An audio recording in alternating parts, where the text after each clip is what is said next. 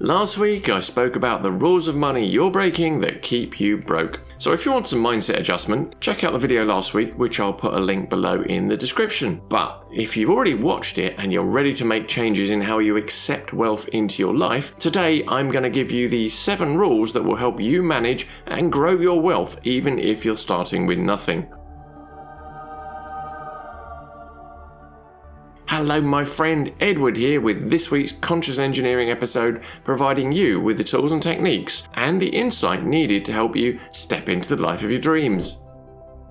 So today, it's all about the 7 cures for a lean purse. Last week I mentioned the book The Richest Man in Babylon, and these 7 cures are drawn from that book. I'll link to it below if you want to go and grab a copy. Now this is where your journey begins. For every 10 units of money you receive, only use 9 for spending and keep the other 1 for you and your future. If you spend less than you bring in, you will grow a fat purse in no time. So which do you desire more? The gratification of desire, a fancy watch, better clothes, or a nice car? Or more substantial things like land, gold, and passive income? The coins you spend brings the former, but the coins you keep build the latter. So keep at least 10%.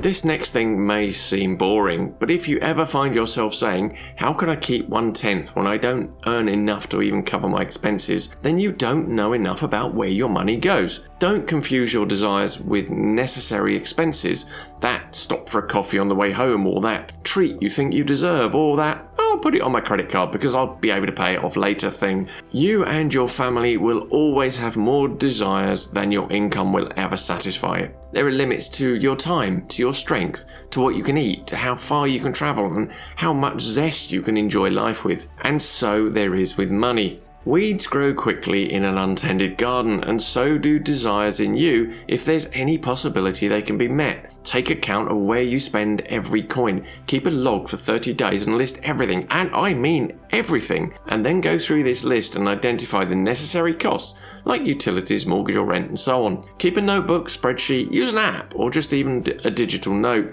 but log every single thing.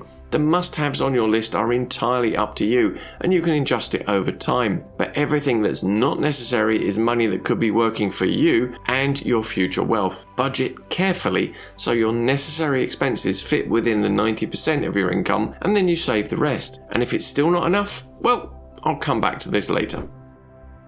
Now you've mastered the saving and the budgeting, it's time to take the next steps to greater wealth. I touched on this in my last video, and there's a link below to that too. And as your savings grow as you save into your financial freedom account, or FFA as I call it, you need to start making these new little employees work for you. This is where you need to do some work. You need to study and adopt ways to make your money grow through interest earned or greater returns from investments. You won't get much, if any, interest from a savings account these days, so you need to study how investments work. Really study them, so you reduce the risk of losing your investment. You could look at money lending, stock investing, crypto, businesses, property, or many other ways to make money, but research it and learn about it and multiply your money.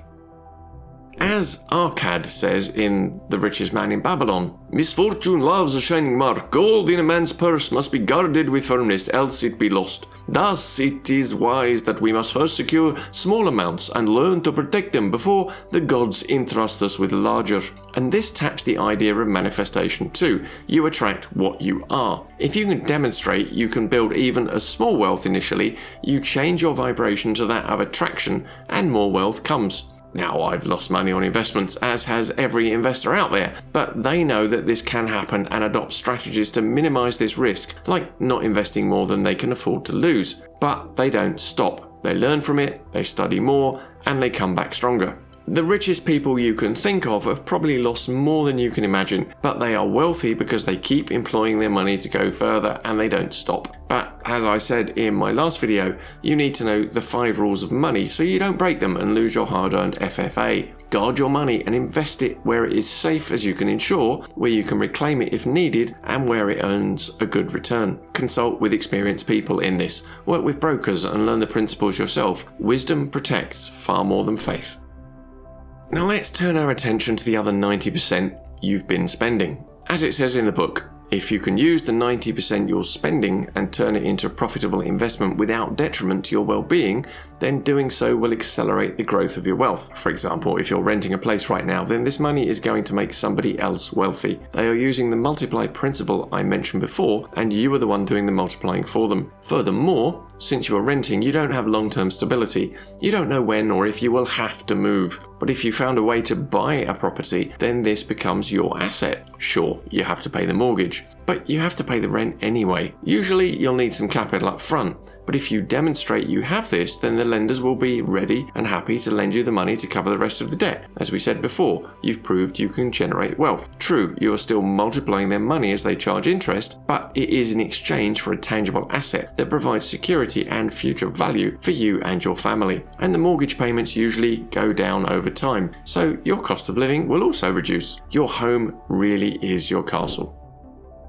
Now, they say there are only two guaranteed things in life: death and taxes. Well, let's speak of the first here, since the other is the province of the 90% you use every day. You're getting older, even as you watch this, and you should prepare for the future. Prepare to provide for yourself and your family when you may not be able to go out and earn a wage. You need to ensure you have an income for these days. There are numerous ways to do this, and keep in mind the laws of gold I spoke about last week, as well as the preceding principles I speak about today. And you can look into investment vehicles such as pensions or 401ks, property, land, or other investment vehicles. Some of these have small returns, but the power of compounding and adding a small amount to them regularly does yield wonders if you start early. People do retire on generous sums, even if they only had modest incomes throughout their life, because they looked ahead and prepared for their old age.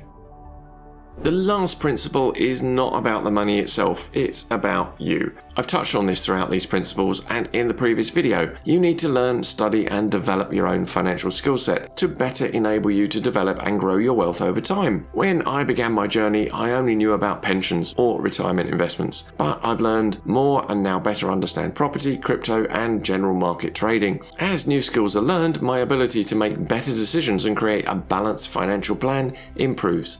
And while I once found the subject boring, I'm excited now to learn new ways to make my little employees work for me. As it says in The Richest Man in Babylon, "Preceding accomplishment must be desire. Thy desires must be strong and definite. General desires are but weak longings. For a man to wish to be rich is of little purpose. For a man to desire 5 pieces of gold is a tangible desire which he can press to fulfillment. After he has backed his desire for 5 pieces of gold with strength of purpose to secure it, next he can find similar ways to obtain 10 pieces, and then 20 pieces, and later 1,000 pieces, and behold, he has become wealthy.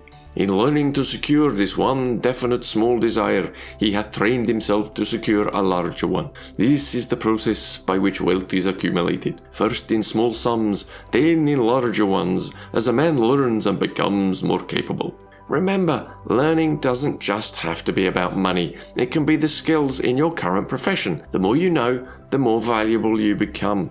Now, if you're struggling financially, you may need financial help. For example, if you've got debts. Remember, this ties in with a third law from my last video about nurturing your money and working with professionals who can guide you skillfully on the right path. You don't need to be embarrassed, and asking for help is a sign of strength, showing that you recognize the issue and you want to make a change. This plan is necessary to fully apportion your 100%, so you retain 10%, pay your debts in a timely manner, and meet your daily necessities and still get to enjoy some pleasures too. The Richest Man in Babylon cites 20% as an amount to allocate to debts, so they get cleared quickly, but your circumstances may dictate a different amount. You may also need to seek alternative income or change things in your life so your expenses fit your income. This actually may require radical change and deep thought. For example, are those costs really necessary or just ideological? Remember, your future wealth is your goal and your reward.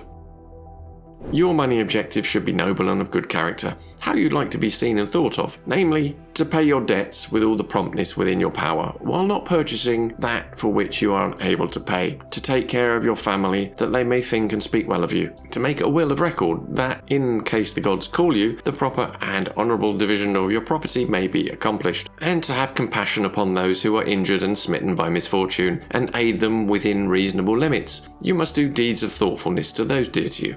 This encapsulates the 7 principles I talked about here, but remember not to leave anything to chance. And if you haven't watched my 5 Laws of Gold, the prequel to this video, go watch it here next. And until next time, my friend, live your light. Hello there. And I'll link to it below if you want to grab a coffee, or even a copy.